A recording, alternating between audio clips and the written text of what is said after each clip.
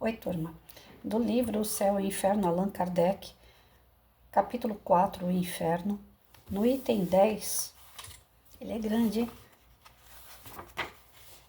muito grande. Mas vamos lá, vamos tentar dar conta do recado. Nossa Senhora! Ele é gigante, gente. Espero que vocês tenham paciência, vamos lá. No item 10, então, do Céu e Inferno, no capítulo 4, O Inferno, entrando eu não sei falar isso, Telêmaco, houve outros gemidos de uma sombra que não encontrava consolação. Qual é, diz ele, a vossa desgraça? O que fostes na terra? Eu era, respondeu-lhe a sombra, Nabofarzã, rei da soberba Babilônia, e todos os povos do Oriente tremiam ao simples som do meu nome. Fiz-me adorar pelos babilônios no templo de mármore, onde estava representado por uma estátua de ouro, diante da qual era queimados dia e noite os mais preciosos perfumes da Etiópia. Ninguém jamais ousou me contradizer sem ter sido imediatamente punido. Eu inventava cada dia novos prazeres para tornar minha vida mais deliciosa.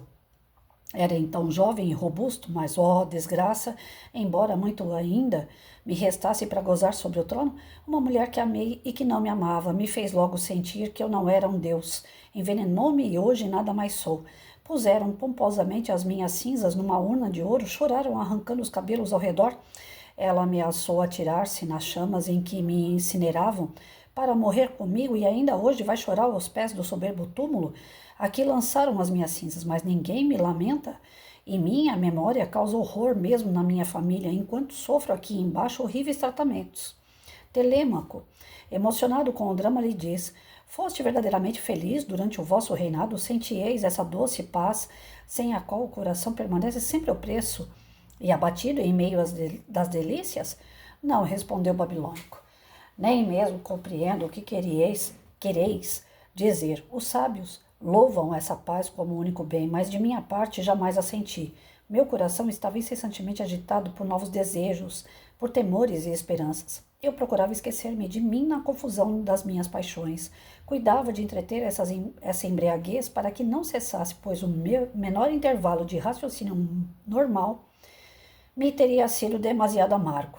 Eis a paz que desfrutei qualquer. Outra me parece uma fábula ou um sonho. Eis os bens que lamento. Assim falando, o babilônico chorava como um homem pusilânime, que se deixou debilitar pelas comodidades, não se tendo jamais acostumado a suportar a desgraça. Tinha ao seu lado alguns escravos que fizeram morrer nas honras dos seus funerais. Mercúrio os havia entregue a Caronte com o seu rei, dando-lhes um poder absoluto sobre esse rei que haviam servido na terra. Essas sombras de escravos não temiam mais a sombra de Nabofarzã, mas a mantinham acorrentada e submetiam às mais cruéis humilhações. Uma lhe dizia: Nós também não éramos homens, tanto como tu? Como pudesse ser tão insensato para te considerar como um deus, não te lembrando que pertencias à mesma raça dos homens? Uma outra o insultava, dizendo: Tinhas razão de não querer te considerarem como um homem, porque eras um monstro sem humanidade. Outra lhe falava assim: Muito bem, onde estão agora os teus aduladores? Não tem mais nada a dar, infeliz, e não podes mais fazer nenhum mal. Eis que te tornaste escravo dos teus próprios escravos. Os deuses demoram a fazer justiça, mas por fim a fazem. A essas duras palavras, Nabofarzã se atirava com o rosto na terra, arrancando os cabelos numa explosão de raiva e desespero. Mas Caronte dizia aos escravos: Puxai-o pela corrente, erguei-o mesmo que ele não queira, pois ele não terá nem mesmo a consolação de ocultar a própria vergonha. É necessário que todas as sombras do extingue o testemunhem para justificar os deuses que tão longamente suportaram o reinado desse ímpio na terra. Logo que percebeu, bem próximo dele, o tártaro negro, subia deste uma fumaça escura e espessa, cujo odor empestado causaria a morte se ela se expandisse pela região dos vivos. Essa fumaça cobria um rio de fogo com turbilhões de chamas, e o seu ruído, semelhante ao das mais impetuosas correntes quando se lançavam dos mais altos rochedos ao fundo dos abismos, fazia que não se pudesse ouvir com clareza nesses tristes lugares. Telêmaco, secretamente influenciado por Minerva, entrou sem temor nesse báratro. Percebeu de início um grande número de homens que haviam vivido nas mais baixas condições e que eram punidos por haverem buscado as riquezas por meio de fraudes, de traições e de crueldades. Notou ali muitos ímpios hipócritas que, fingindo amar a religião, delas se haviam servido como um bom pretexto para satisfazer as suas ambições, aproveitando-se da credulidade alheia. Esses homens que haviam abusado da própria virtude, embora sendo ela o mais valioso dos deuses, eram punidos como os piores entre os celerados.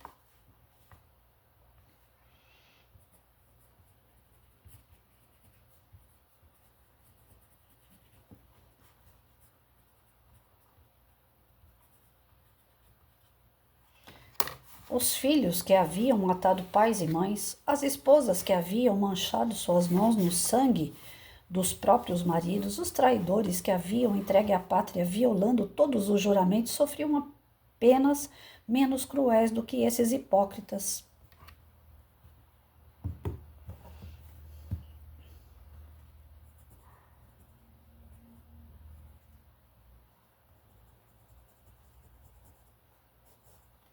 Os 3 juízes dos infernos assim determinaram, e eis as suas razões.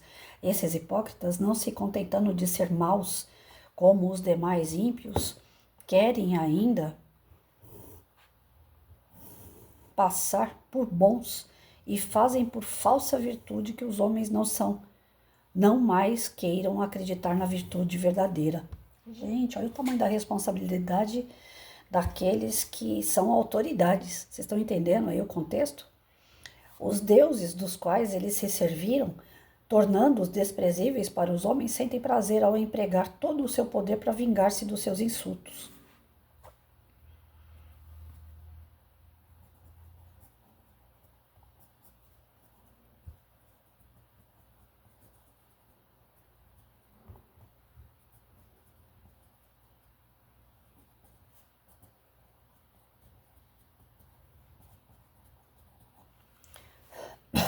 Ao lado desses estavam outros homens que o vulgo não considera culpados, mas que a vingança divina persegue impiedosamente. São os ingratos.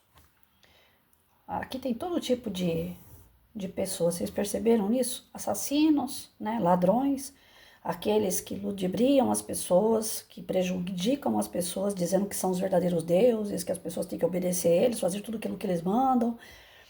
E agora vem um outro quadro de pessoas também com problemas, que se encontram nesse estágio de inferno, né?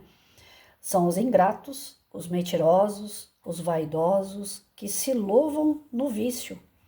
Os críticos maliciosos que temeram manchar a mais pura virtude. E por fim, os que julgaram temerariamente sem conhecer as coisas a fundo, com isso prejudicando a reputação dos inocentes.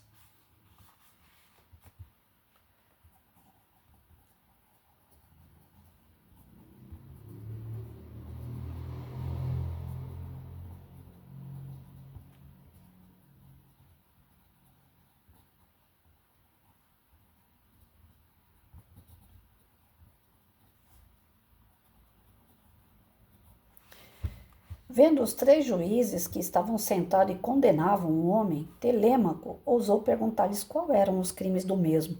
No mesmo instante, o condenado, tomando a palavra, exclamou: Nunca fiz nenhum mal, sempre tive o maior prazer em fazer o bem. Fui magnânimo, liberal, justo e compassivo. Do que me podem acusar? Então, menos que lhe disse: Não se te reprova nada em relação aos homens, mas não devias menos aos homens do que aos deuses. Qual é, pois, essa justiça de que te vanglorias? Não faltaste com nenhum dever no tocante aos homens, que nada são. Foste virtuoso, mas referiste toda a tua virtude a ti mesmo, e não aos deuses, que a concederam a ti, porque querias gozar os frutos da tua própria virtude, vangloriando-te em ti mesmo. Foste a tua própria divindade, mas os deuses que tudo fizeram unicamente por si mesmos não podem renunciar aos seus direitos. Tu o esquecestes, eles te esqueceram.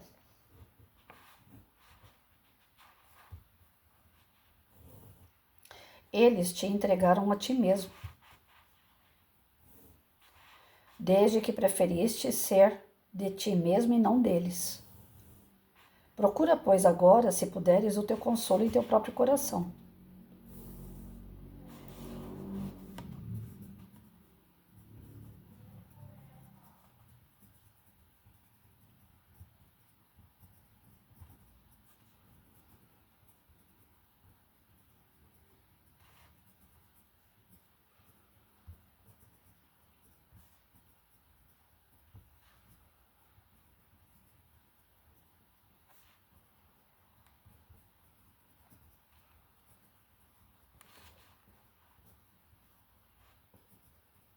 Coisa séria isso aqui, gente. Desculpa demorar tanto, mas eu preciso anotar. Estás agora para sempre separado dos homens aos quais querias agradar. Estás sós diante de ti, que eras o teu ídolo. Compreende que não existe verdadeira virtude sem o respeito e amor aos deuses, aos quais tudo deves. Tua falsa virtude, que por muito tempo ofuscou os homens fáceis de enganar, vai ser confundida. Os homens, considerando os vícios e as virtudes somente pelo que os toca ou os agrada, são cegos para o verdadeiro bem e o verdadeiro mal. Mas aqui uma luz divina inverte todos os julgamentos superficiais. Frequentemente é condenado aquilo que eles admiram e justificam o que eles condenam. A essas palavras, o filósofo, como ferido por um raio, não podia conter-se. A satisfação que havia tido outrora ao apreciar a sua própria moderação, a sua própria coragem e as suas tendências generosas, transformou-se em desespero. A visão do seu próprio coração inimigo dos deuses tornou-se um suplício. Ele se via a si mesmo e não podia deixar de fazê-lo. Via a vaidade das apreciações dos homens aos quais ele quis sempre agradar em todas as suas ações. Havia uma revolução geral em tudo o que se encontrava no seu íntimo, como se alguém revirasse todas as suas entranhas. Ele não era mais o mesmo. Seu coração negava-lhe todo o apoio. Sua consciência, cujo julgamento lhe havia sido tão favorável, voltou-se contra ele, reprovando amargamente o desvirtuamento e o engano de todas as suas virtudes, que não tiveram o culto da divindade por princípio e por fim. Estava perturbado, consternado, cheio de vergonha, de remorsos e de desespero.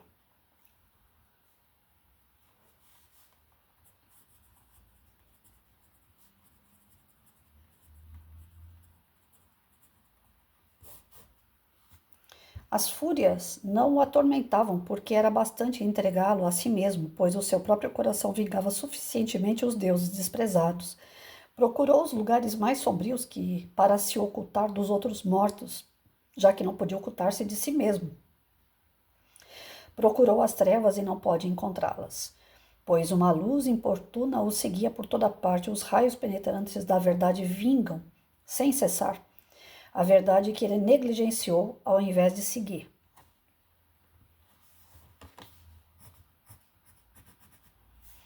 Tudo o que ele amava se tornava odioso, como sendo a própria fonte de seus males, que não mais poderiam acabar. Disse a si mesmo: insensato, então não conheci os deuses, nem os homens e nem a mim mesmo. Não, nada conheci, desde que nunca amei a única verdade e o verdadeiro bem. Todos os meus passos foram extraviados. Minha sabedoria não era mais que loucura. Minha virtude, um orgulho ímpio e cego. Fui o meu próprio ídolo.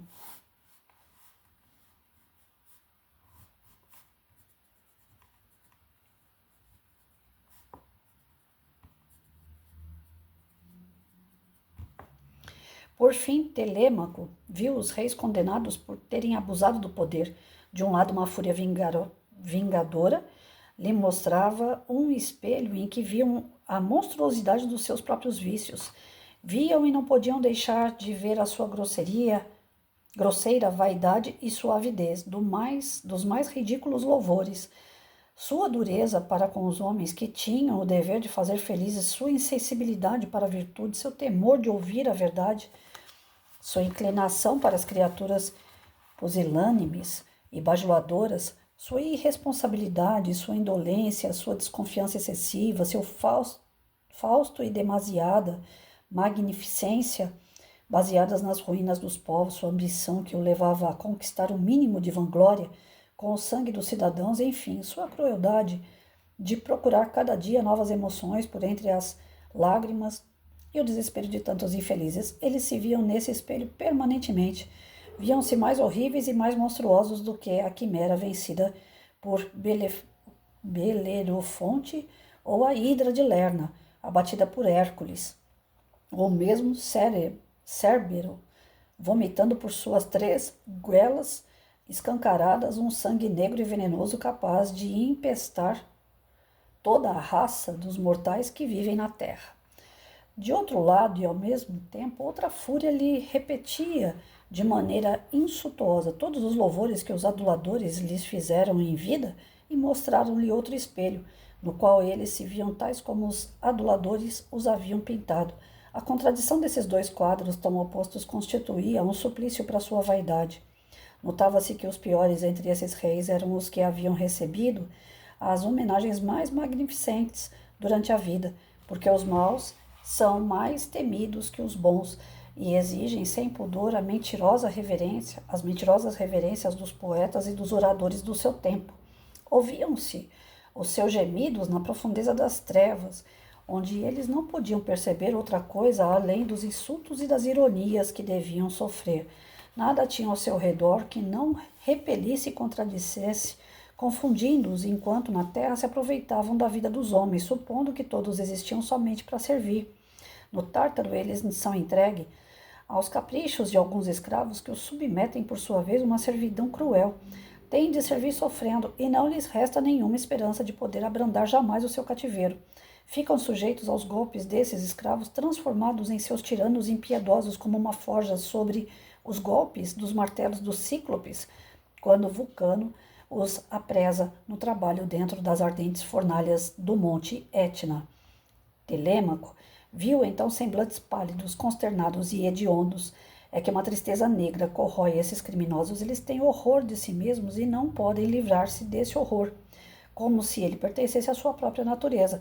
Não necessitam, assim, de outro castigo para suas faltas do que as suas próprias faltas, que vêm sem cessar em toda a sua enormidade, apresentando-se a eles como horríveis espectros que os perseguem.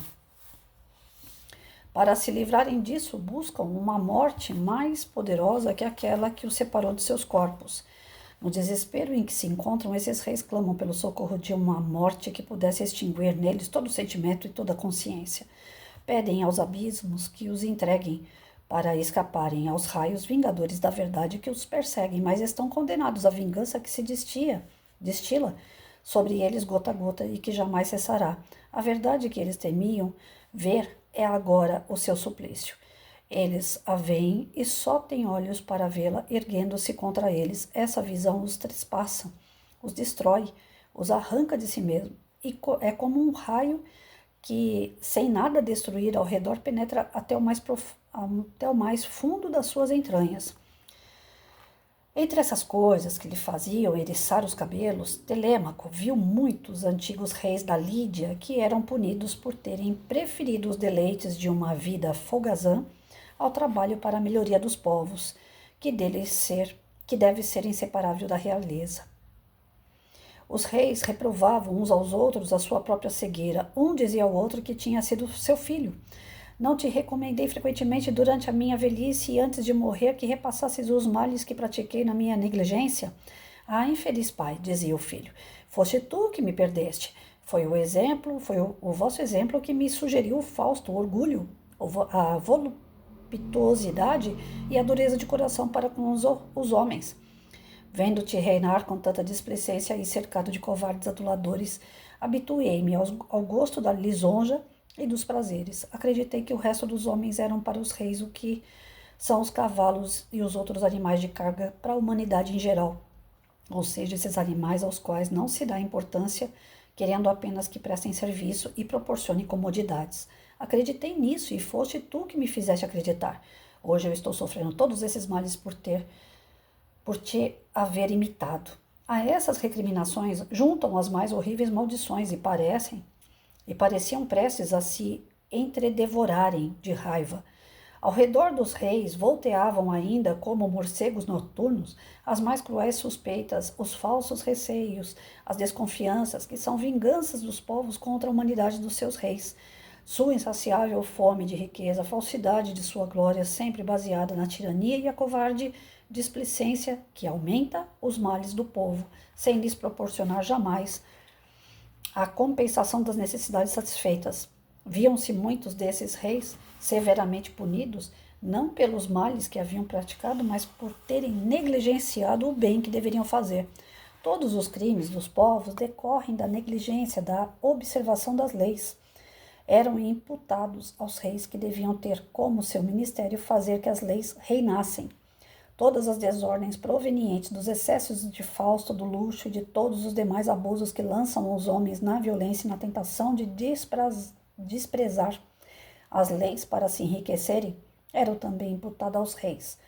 Eram tratados, sobretudo, com rigor os que, em lugar de serem bons e vigilantes pastores dos povos, só haviam pensado em devorar o rebanho como lobos insaciáveis.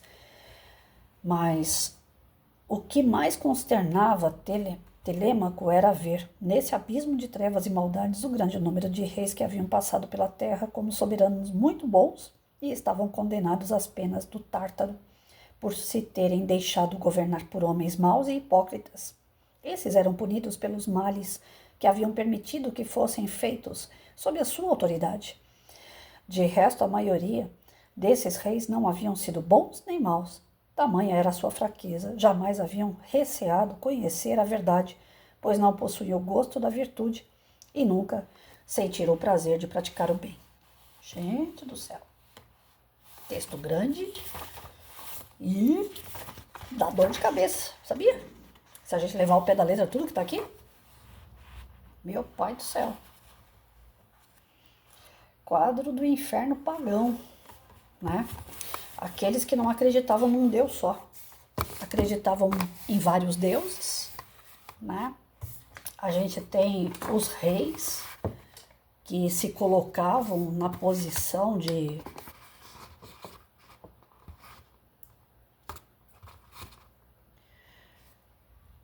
fazer mais uma anotação aqui.